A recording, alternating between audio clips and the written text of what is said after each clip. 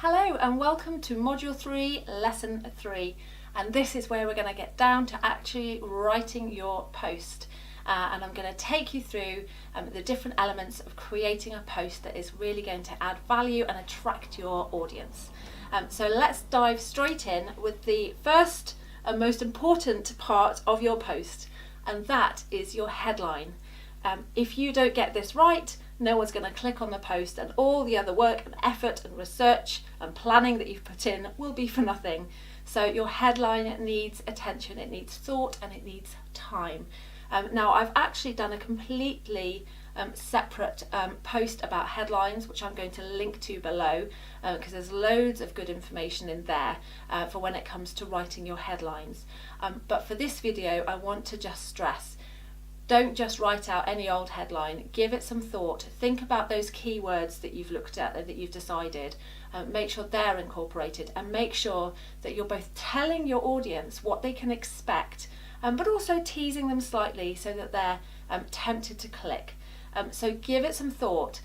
If you want to have a practice and try some out and get some feedback in the group, then I'd love to help you out, and I'm sure the other members of the course would love to help out with their feedback too.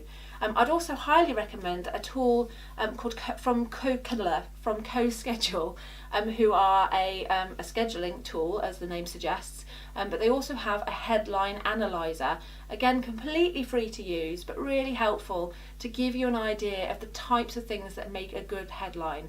So I'll leave a link to that below this video so you can go check that out as well. Secondly, it's really important when you're writing to set yourself up for success to begin with. So choosing the best times to write, choosing an environment that's going to help you and not have too many distractions. You know yourself what works best for you, because it's different for everyone. Some people like to have music playing, some people like complete silence, some people like to be in the kind of hustle bustle of a kind of cafe, or and other people need to be completely on their own with no distractions, just a bare wall and not even a window. So whatever works for you. I know that I write best first thing in the morning, and the later it gets in the day, the harder I find it. Some people prefer to write at night and are more night owls. Work out what works best for you, what environment works best for you, and try and create that environment every time you sit down to write a post. Now let's talk a little bit about your writing style. So this is something that people tend to get quite stressed about and quite sort of worried about. They feel like I'm not a professional writer, I'm not a natural writer. Essentially, especially with blogging, all you need to do is sound like you. So think about how you speak. Think about how you would be chatting to a friend about whatever the subject is that you're writing about, and write like that. Now something I find works really well is to go back and read out loud what I've written, and if it sounds natural, then I know that I've done well. If it sounds a bit stilted and stunted and not how I would actually say things, then I will go back and I'll edit and tweak until it does. Another great tip when you're writing for anything online is to break up your content as much as possible. People have really short attention spans, and if they're faced with a big chunk of text, they'll be turned off and may often just click away completely at worst. At best, they may start to tackle it, but the chances are they'll end up skimming it, they'll end up missing bits. So to get your message across, you need to break the text up into kind of bite-sized chunks. So keep your paragraphs short, just 2 or 3 sentences at a time. Break it up with great images and kind of that keep people's attention going, and do whatever you can to make it as easy as possible for your readers to follow what you're writing. That's why list posts work so well, because it kind of naturally breaks up the content. When you're faced with writer's block, just write, get everything out. Even if it sounds awful and you're thinking, oh no, this is rubbish, just get it all out until you've got that first draft there. And it doesn't matter if that's awful. First drafts are always awful. And then you can go back, reading it out loud and starting to tweak and refine it. Always asking yourself, is this relevant? Is this still on topic? Is this waffle? Do I really need this?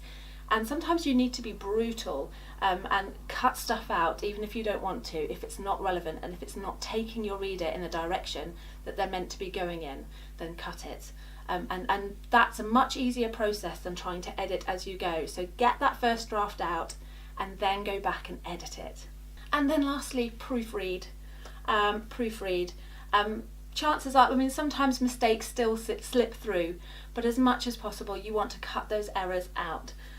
Now, when it comes to blogging, as I mentioned before, you have that kind of chatty style, so don't get too het up about perfect grammar rules and this, that and the other. You're not writing a textbook, you're not writing a highbrow novel, you're writing a blog post, so be chatty, be natural, but of course there are certain errors that you don't want in there. You don't want spelling mistakes, and there are certain grammatical errors which are always wrong.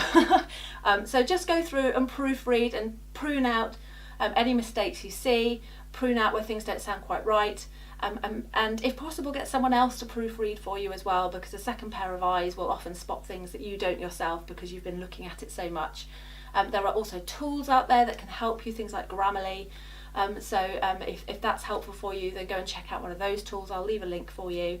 But yeah, proofread and get out as many of those errors as you can, because obviously that will make you look more professional. And that's it. It's as simple as that. And my last tip is enjoy it. Enjoy it. Don't let it stress you out. The more you enjoy it, the more natural you'll sound, the more engaging you'll be. If you're writing about something that you're excited about, that you're passionate about, and that you're enjoying writing about, then your readers will enjoy it too. So on that note, go write and then come and share in the group, and let's see what you can come up with. And I'll see you in the final lesson.